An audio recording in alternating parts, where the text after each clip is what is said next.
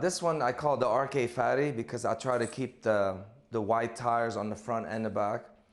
And I actually, what's unique about this bike is the front suspension. It's all fully leaf springed. Also, this piece right here, it's a lot of machining to make a headlight and a tack bracket at the same unit. And we move to the RK backbone, which is the first. This is the first bike I've ever built. It's got the 6-inch backbone tubing that I put the gas tank inside the tubing, the frame, and the oil tank is also in the tube frame on the bottom. Also, this one, what you call a girder suspension, front end, with the air ride in the front and a solid in the back, no suspension in the back. We move to the RK Racer. I try to keep the theme of the racer bike in it, skinny tires, tall, and what's unique about this bike is actually the oil tank and the gas tank is incorporated in the middle section, which is the frame, and you can actually see the oil through the glass and the gas through the glass also. And I got the headlight put in the intake. I don't know if the battery's still good, but you can see it's in the carburetor. And also the brake is on the transmission. It's called a tranny brake. So to keep the wheel nice and clean, no rotors, no nothing on there. All right, this one is what I call the RK chain. This idea started with this chain that I found at a junkyard. And I knew when I first saw it, I laid my eyes on it, I knew what I was going to use it for. It's actually the whole backbone of the bike. And also a smaller section of that frame that I found also, I incorporated it in the swing arm also. And this, of course, it has the 360 monster tire in the back, and like the seat is also, it's a leaf spring seat that's also adjustable. If it's too low, you can move it up one notch and then be a little higher, or you can go a little even further up, as you can see.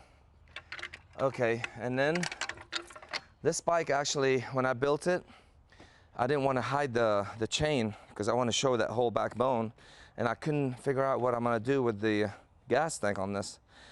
I kept thinking, it took me actually a couple of months to figure out, and I finally decided to actually wear the gas tank.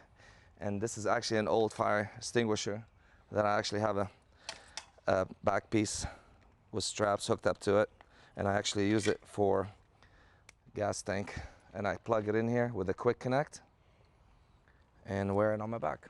This is the RK thing. It's I decided to do a trike. I've never done a trike before. I've actually never even ridden a trike before, but I wanted to do something a little different, and decided to build a trike. And the idea came from I want to build something with like a crane design. So I built the whole frame to look like a crane, and then of course the swing arm and a wheelie bar. And I wanted to do something different with the suspension. So the cranes usually have cabling. So I'm like, okay, well, how can I use the suspension with a cable, incorporate those two together?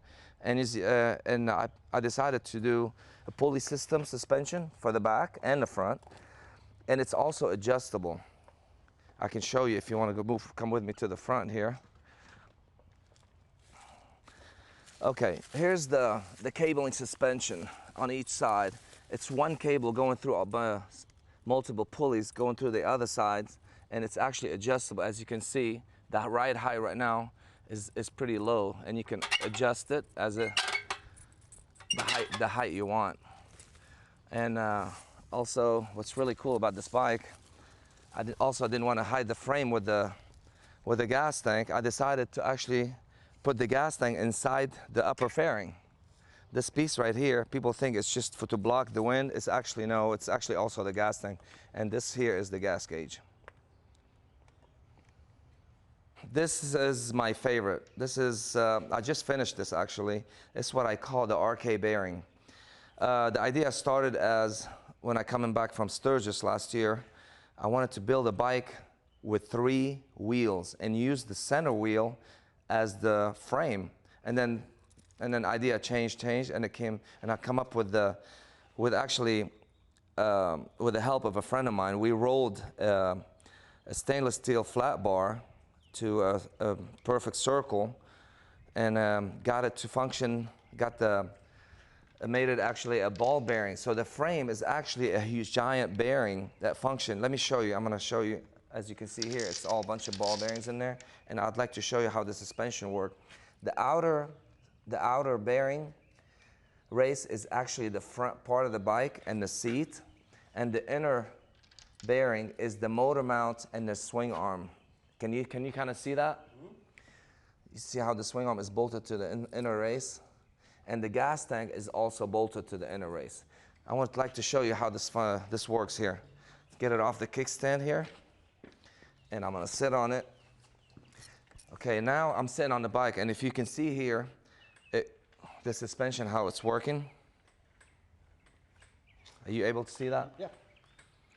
Okay, so as you can see, it's going from the outer race, through the outer race, into the mounted to the inner race. So that's how it functions as a suspension.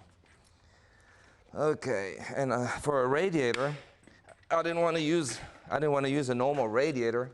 So I got a flex hose, as you can see here, a stainless steel flex hose to come around the whole the size of the bearing, and it's mounted to the outer race, and it's actually also functions as the coolant system in the motor.